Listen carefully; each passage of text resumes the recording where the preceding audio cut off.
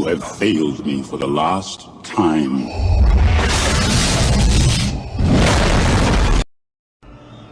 Venha para o lado negro. Eu preciso falar, olha, vamos escurecer os fatos. E as pessoas olham assim um pouco assustadas, mas... É o quê?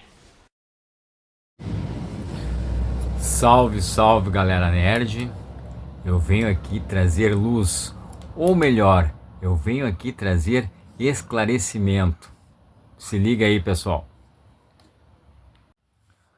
A palavra esclarecer vem do latim claros, um adjetivo que significa nítido, sem sombras, ou fácil de ver e ouvir. A palavra esclarecer é formada pela junção de claros com o prefixo es, que vem do latim ex, o que significa levar ou trazer para fora. Assim, esclarecer significa trazer à luz ou revelar. No sentido mais literal, esclarecer significa tornar algo mais visível, iluminando-o. No entanto, é usado principalmente no sentido de tornar algo mais evidente ou revelar o significado de alguma coisa que parece confusa. A palavra é racista. Por exemplo, saímos desse buraco negro.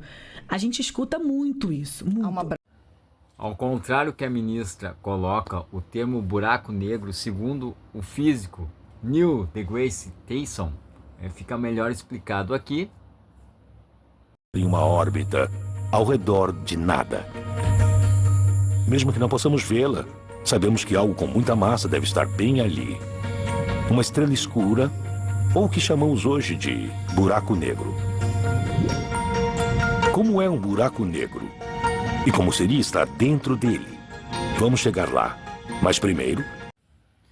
Esclarecido que entrar e sair de um buraco negro não tem nenhuma situação que envolva racismo de uma forma geral, agora a gente vai entender as mesmas palavras utilizadas pela ministra sobre outro termo que é o racismo ambiental. Ela foi até um certo grau corrigida por outro ministro, que ambos depois foram envolvidos em outra situação, mas o que acontece? O racismo ambiental, eu venho evitando usar esse termo e optando por outro termo que eu acredito que fique mais amplo e mais real para a situação climática que a gente vive hoje em dia, que eu faço na sequência depois que vocês observarem esse vídeo aqui da Madeleine Lasco, que tem livros bem bacana. Vou deixar também uma participação dela no podcast do Inteligência Limitada, que foi bem bacana sobre essa questão da cultura woke.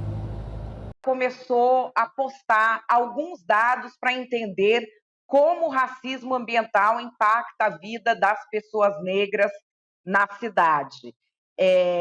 Ela faz ali uma coisa assim de falta saneamento básico para tantos por cento ou para tantas áreas, e tantos por cento das pessoas que vivem nessas áreas são negras. O desastre tem impacto direto nas mulheres negras. Na região metropolitana, são 2,2 milhões de mulheres em pobreza ou extrema pobreza, sendo que 1,6 milhão dessas mulheres são negras. Então, ela foi colocando ali uma série de estatística. Essa linha de raciocínio dela é próxima ao conceito de racismo ambiental, mas ela continua usando o conceito de forma errada. Aí vem o ministro Silvio Almeida falar disso. E o ministro Silvio Almeida, ele dá uma tangenciada, porque ele tem livro publicado sobre essas denominações norte-americanas. A que ele ficou famoso é o racismo estrutural. Ele sabe o que é racismo ambiental, portanto, ele sabe que o conceito que está sendo falado pela ministra não é o conceito correto. Então, ele defendeu a ministra, não atacou a ministra, mas ele já deixou ali nas entrelinhas que aquele uso não está muito certo. Vamos ver. O conceito de racismo ambiental há décadas é objeto de estudos científicos. Ele visa explicar a forma com que as catástrofes ambientais e a mudança climática afetam de forma mais severa grupos sociais, política e economicamente discriminados, que por este motivo são forçados a viver em condições de risco.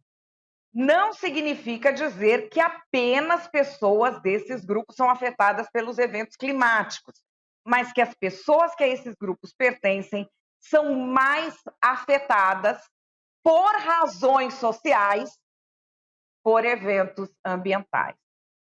E aí ele vai falando, como todo conceito, racismo ambiental não explica o todo, mas dá luz a importantes fatores que devem sim ser considerados na confecção de políticas públicas. O fato de alguém desconhecer o contexto ou mesmo discordar de forma fundamentada, o que é totalmente legítimo, especialmente no campo da ciência, não apaga o fato de que o conceito existe. Uma simples olhada nas ferramentas de busca mais populares da internet levam a inúmeros artigos que tratam do tema. Como alguém já disse certa vez, a ignorância nunca ajudou a ninguém. Ou seja, ignorar uma ideia ou um conceito não faz do ignorante alguém especial.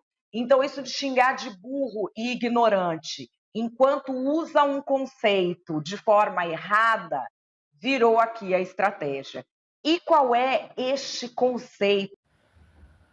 Por fim, como eu falei, eu prefiro usar o termo justiça ambiental ou justiça climática para falar de toda essa situação em que todos nós, seres humanos, né, somos colocados, né, por causa dessas mudanças climáticas, né, que acontecem de uma forma natural, que foram potencializados, digamos, pela própria ação humana e que atinge a todos os seres humanos de uma forma geral, né, que é os eventos climáticos extremos. Então eu venho aqui esclarecer toda essa situação.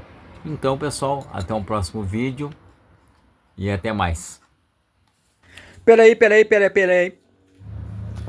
E para finalizar aqui, pessoal, antes de ir embora, assistam esse pequeno fragmento do canal Buenos Ideias, onde Eduardo Bueno fala um pouquinho sobre racismo ambiental e dá essa ideia de que a desigualdade ambiental, se a gente usar o termo justiça climática ou justiça ambiental, está mais correto, porque atinge todos nós, seres humanos. Um grande abraço e até um próximo vídeo.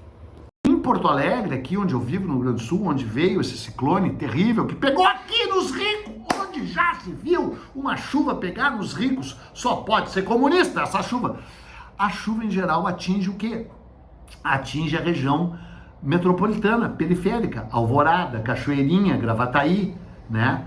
Pegou aqui do outro lado, aqui dá pra ver aqui, ó, da minha casa, aqui tem uma janelona que tem um tremendo visual. Primeiro eu vi essa chuva vindo do sudoeste, né? O sudoeste, onde vem o vento, de onde sopra o vento minuano, que faz e ela veio linda, cara, linda, 500 mil raios, acho que já falei, daí chegou e pá! Bateu aqui, cara, em 5 minutos encheu a minha casa, cara, d'água.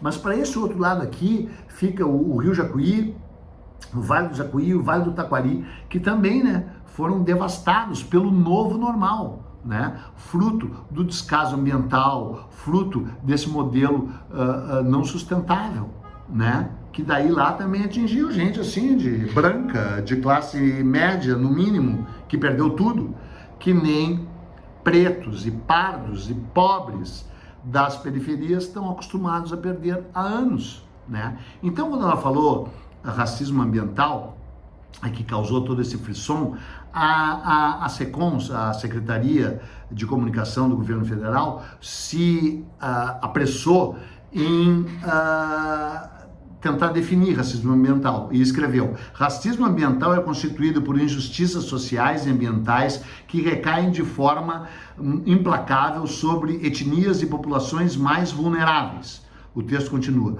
o racismo ambiental tem um impacto significativo na população que vive em favelas e periferias, onde historicamente tem uma maioria da população negra. A falta de acesso a serviços básicos como água potável, saneamento, de estrutura urbana e de condições de moradia digna afetam a saúde e a qualidade de vida dos moradores e agrava ainda mais os impactos das mudanças climáticas, ocasionando enchentes e deslizamentos. Perfeito? É isso aí. Só que, cara, olha a definição do termo racismo ambiental. Na minha opinião, isso enfraquece a luta contra o racismo. Enfraquece a luta contra o racismo porque malbarata, desgasta. Tá correto? Tá correto. Mas, cara, não é fruto de um racismo, é fruto de uma desigualdade social absurda que, obviamente, atinge mais pretos e pardos, mas, cara, o modelo desenvolvimentista brasileiro é tão equivocado que se tiver que passar por cima de branco, também passa. Tanto é que tá cheio de branco também nessas periferias, né? Então não é uma questão assim, os pretos moram lá, vamos deixar. Não, cara, é um modelo insustentável e é um modelo baseado na incompetência. Porque além de cruel e desigual, o Brasil é ineficiente, é incompetente, não funciona. Não funciona. E por isso que esse modelo periférico de exclusão, que embora tenha, evidentemente, o seu contexto sociofilosófico, sociopolítico, sociocultural, tem acima de tudo socioeconômico, de uma economia ineficiente, incapaz,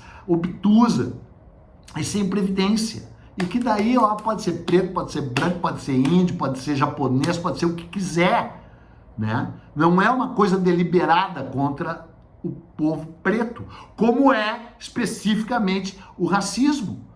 Que o racismo, na sua plenitude, ele é feito para atingir outro grupo étnico, no caso, o preto. Inscreva-se no canal e aprenda biologia com muita nerdice.